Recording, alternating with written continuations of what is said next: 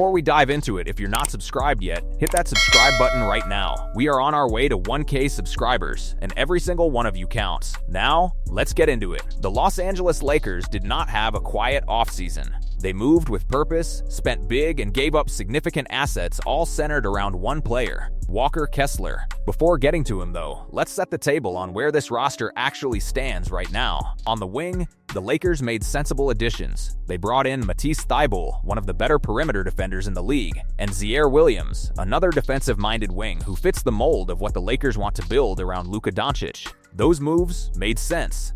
But there is still a glaring hole at power forward that the Lakers have not solved. Right now, the options are Jared Vanderbilt or Sandro Mamukelashvili, and the Lakers organization knows that is not good enough. Jonathan Kuminga has been discussed as a possibility, but hopes are dim there.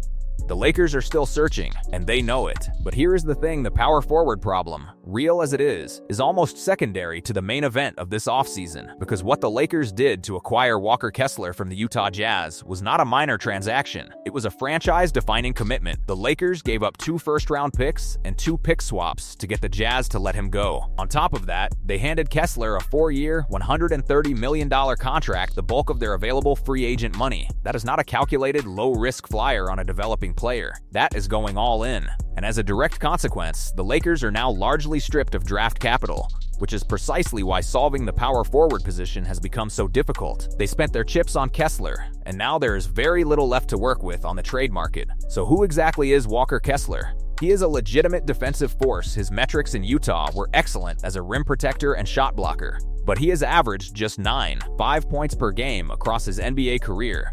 And this is critical: he has never been asked to play a starring role on a contending team. That is the role waiting for him in Los Angeles. Whether he can handle it is the question that will define this entire offseason. Now here is where the story gets even more interesting. This was not purely a front office decision.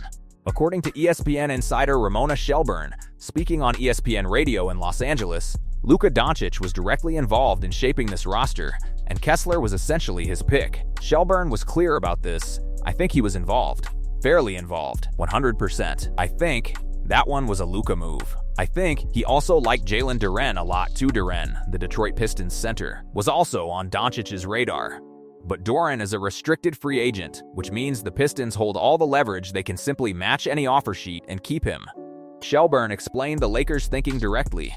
Either you're going to pay it by paying them more money than the other team, forcing them not to match, or you're going to make a trade and do a sign-and-trade that guarantees you get the player.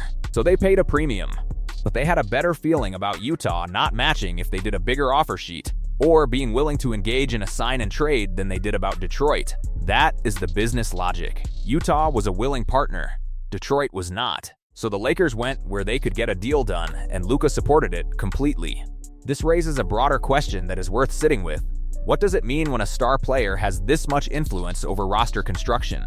Is that collaboration, or is it a front office ceding too much control? There is no clean answer. But what it does mean practically is that if Kessler does not work out, Doncic cannot point fingers elsewhere. He wanted this. Shelburne herself put it plainly.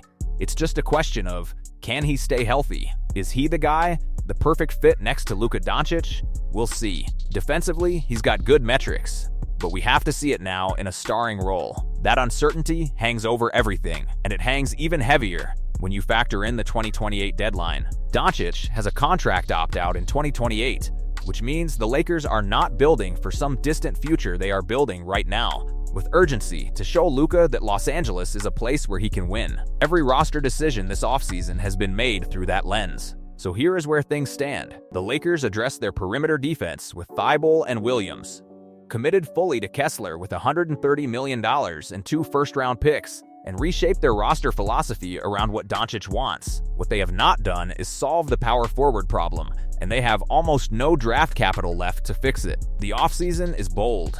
It is Luka approved, and Walker Kessler now carries the weight of proving it was all worth it.